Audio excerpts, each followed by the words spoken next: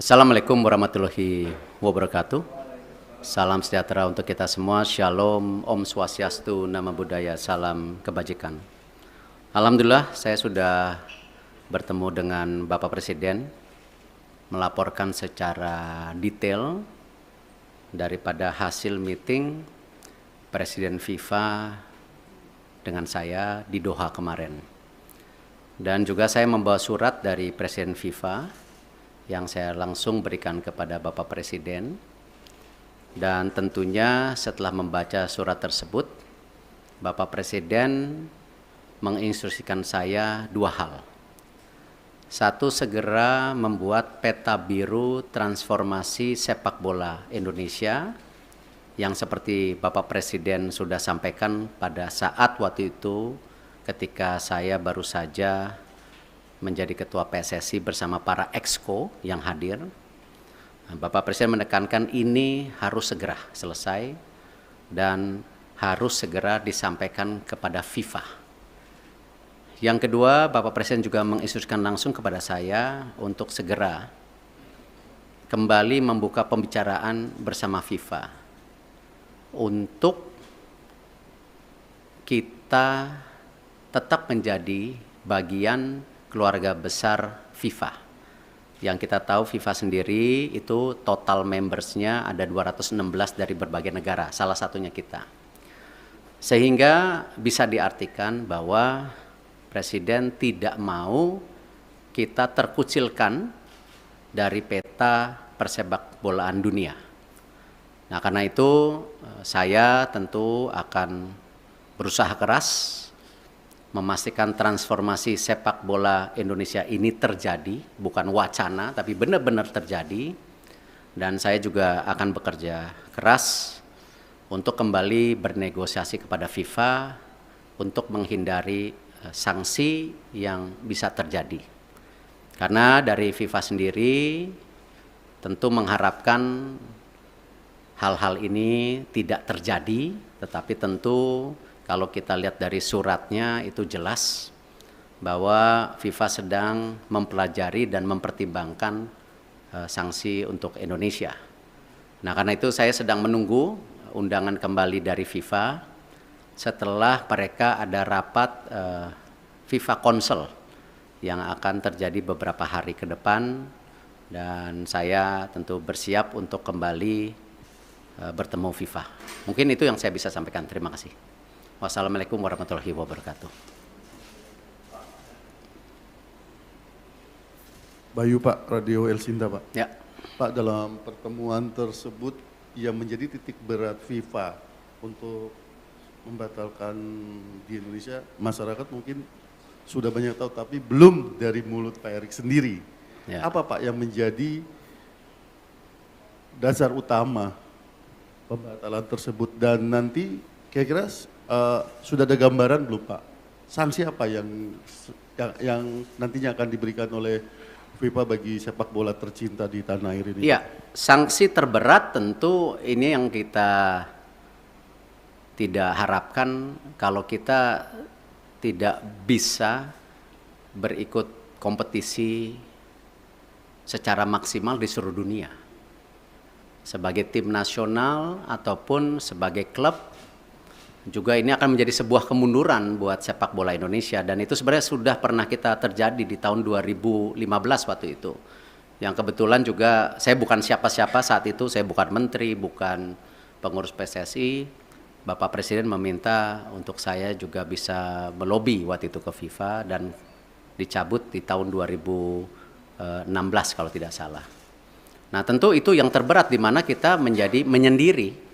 Jadi kita melakukan pertandingan, pembinaan wasit, usia muda, tetapi tidak ada tentu ke depannya ya cuman ya ibarat ya kita di Indonesia saja gitu. Dan saya rasa itu yang tidak kita harapkan, karena apalagi mata pencarian di sepak bola ini kan tidak bisa sekonyong-konyong hanya dilihat oh ini dan itu, tetapi turunannya banyak sekali yang namanya industri olahraga sepak bola itu. Yang kedua tentu ya kembali, FIFA ini kan otoritas tertinggi sepak bola di dunia. Tentu dengan segala keberatan-keberatan yang sudah ya disampaikan itu. Nah, tentu ya FIFA melihat ini sebuah, ya kalau dibilang sebuah intervensi, ya kan lihat kalau banyak sekali FIFA itu menghukum ketika ada intervensi government gitu. Tetapi di sini juga kan bentuknya intervensi.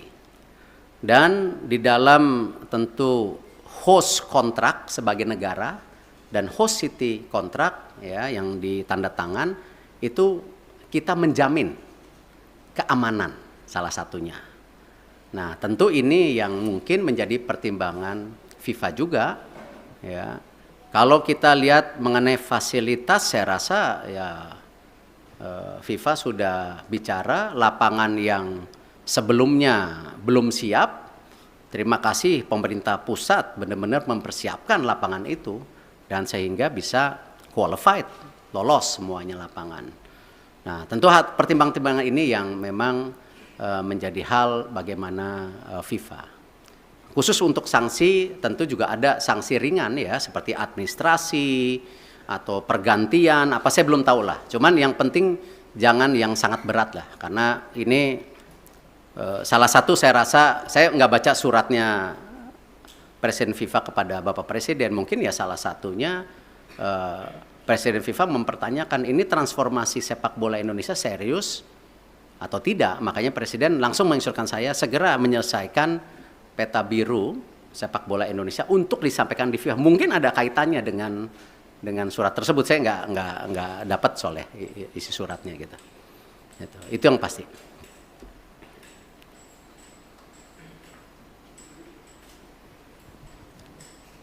Terima kasih, Pak.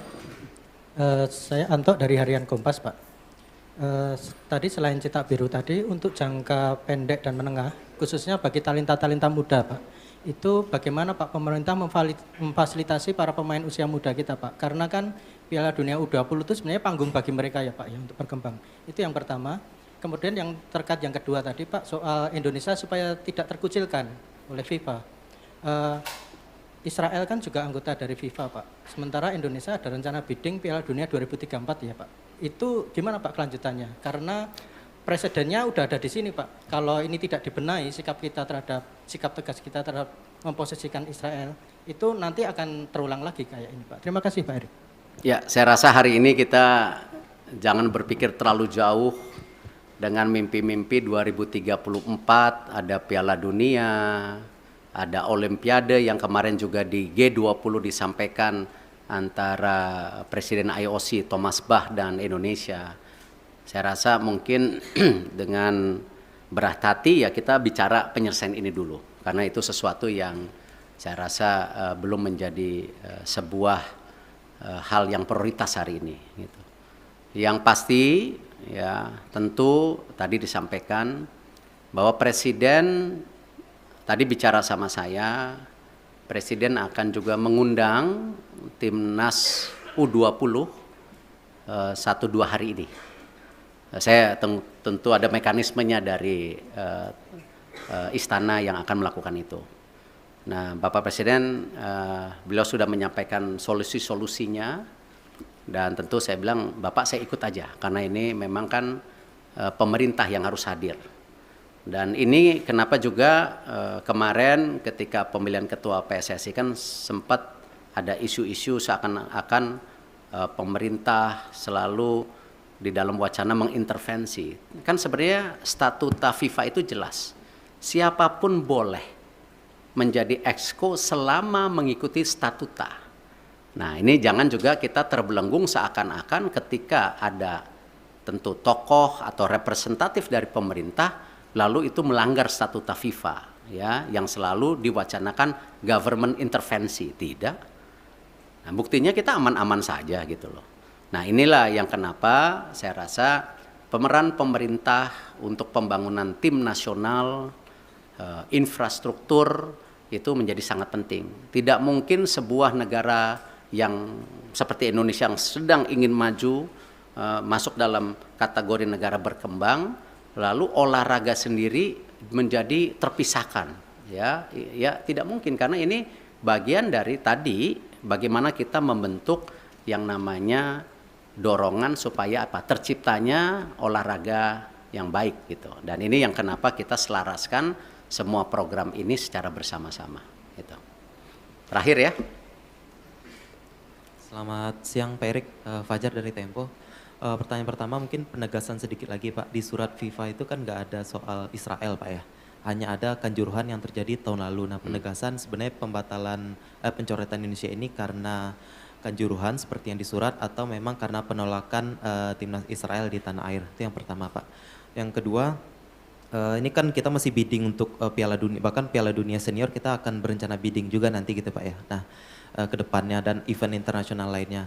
Sebagai Ketua PSSI, apakah Bapak bagaimana menyikapi rencana apakah akan melobi mungkin kelompok-kelompok Islam yang lain yang selama ini menolak Israel agar ketika kita bidding nanti hal-hal seperti ini tidak terjadi kembali Pak. Dan pertanyaan terakhir Pak, setelah Bapak kemarin ke Qatar itu kan di GBK Arena rame Pak ya, karangan bunga terima kasih Pak Erik gitu kan yang dianggap memberikan keuntungan ke Bapak gitu. Apakah Bapak mengetahui atau seperti apa Pak karangan-karangan bunga yang di GBK Arena itu? Terima kasih. Ya kalau masalah karang bunga, waktu saya bersih-bersih Garuda juga dikirimin karangan bunga gitu. Tentu konteksnya itu ya bagian dari apresiasi. Tetapi kan kesuksesan sebuah event besar atau sebuah tentu organisasi besar bukan karena kerja individu. Ya itu karena sebuah kerja tim yang bersama. Ya saya rasa kita nggak bisa klaim-klaiman oh sukses ini karena titik-titik. Enggak, ini semua kerja tim. Nah karena itu kalau kita bicara mengenai event ke depan, tadi saya sudah sampaikan. Kita fokus ke sanksi dulu hari ini. Ya, Bapak Presiden jelas, jangan sampai disanksi. Segera selesaikan buku biru, rencana transformasi sepak bola. Bahkan kalau bisa, Bapak Presiden waktu itu sudah sampaikan sampai 2045. Target kita apa sih? Sebagai negara yang ekonominya akan terus tumbuh, ya. Cita-citanya nomor 4, nomor 5 terbesar di dunia dengan jumlah penduduk yang 280 juta, 55% anak muda. Ini tujuannya apa transformasi ini? Apakah tetap jago kandang atau memang ada prestasi lainnya di luar negeri? Nah itulah yang kenapa Bapak Presiden mendorong ini sebagai bahan untuk bernegosiasi dengan FIFA. Supaya tadi sanksinya ada. Tetapi jangan yang terberat. Nah itu pun apa? Nggak tahu. Apakah administrasi, apakah apa, saya nggak tahu. Kita lihat. Tetapi jangan yang sama 2015 gitu. Kalau di surat FIFA pengertian saya, ya pengertian saya justru terbalik. Di situ FIFA bicara transformasi lagi. FIFA menyiapkan tim, ya menyiapkan tim untuk apa? Transformasi sepak bola. Salah satunya memang waktu Kanjuruhan itu kan isu standarisasi daripada keamanan. Itu. Nah, karena itu saya habis ini langsung akan telepon Pak Basuki. Ya, Pak Basuki waktu itu sudah paparan dengan Bapak Presiden. Sudah ada 22 stadium yang diaudit oleh Bapak Presiden. Ya, oleh pemerintah, oleh Bapak Presiden itu. Nah, di situ sudah ada kondisinya yang ringan, yang berat. Nah, ini harus distandarisasikan. Nah, kenapa juga ya FIFA mengecek lapangan yang 6 dipakai ini sesuai standar atau tidak juga karena itu. Jadi memang security and safety itu menjadi penting. Ya, dan kita sebagai host country juga security dan safety menjadi penting, tidak aja dalam kegiatan event seperti liga kita. Liga-liga kita kan isunya sama nanti ke depan. Bagaimana supporter bisa pulang ke rumah. Gitu. Nah ini yang harus kita bangun security dan safety. Dan saya rasa ini menjadi hal yang sangat kita harus standarisasikan. Yang namanya manajemen pertandingan, manajemen lapangan pertandingan. Itu harus menjadi hal-hal standar. Kalau memang kita mau juga menjadi transformasi. Jadi itu yang saya bisa sampaikan. Terima kasih. Wassalamualaikum warahmatullahi wabarakatuh.